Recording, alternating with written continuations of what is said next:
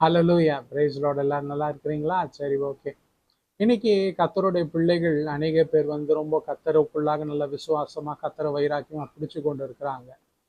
ஆனா அப்படிப்பட்ட பிள்ளைகளுக்கு அப்பப்போ பிசாசு கொடுக்கிற ஒரு சோதனை என்னன்னா, பாரு, ஒரு காலத்துல நீ கர்த்தரை விட்டு விலகி இருந்த, உனக்கு எல்லாம் ஆஸ்தி அந்தஸ்து இருக்குது, இருந்துச்சு. ஆனா இன்னைக்கு நீ இப்படி கர்த்தருக்காக எல்லாத்தையும் விட்டுட்டு உன்னோட பொய்யான வழிகள், கபடு வழிகள், எல்லாம் தீட்டான காரியத்தை நிமித்தம் சம்பாரிச்ச எல்லா ஐஸ்வர்யத்தை விட்டுட்டு இன்னைக்கு கர்த்தருக்காகவும் மெய் சத்தியத்துல நீ நடக்க ஆரம்பிச்சுட்ட. ஆனா இன்னைக்கு பாரு எவ்வளவு சோதிக்கப்படுற.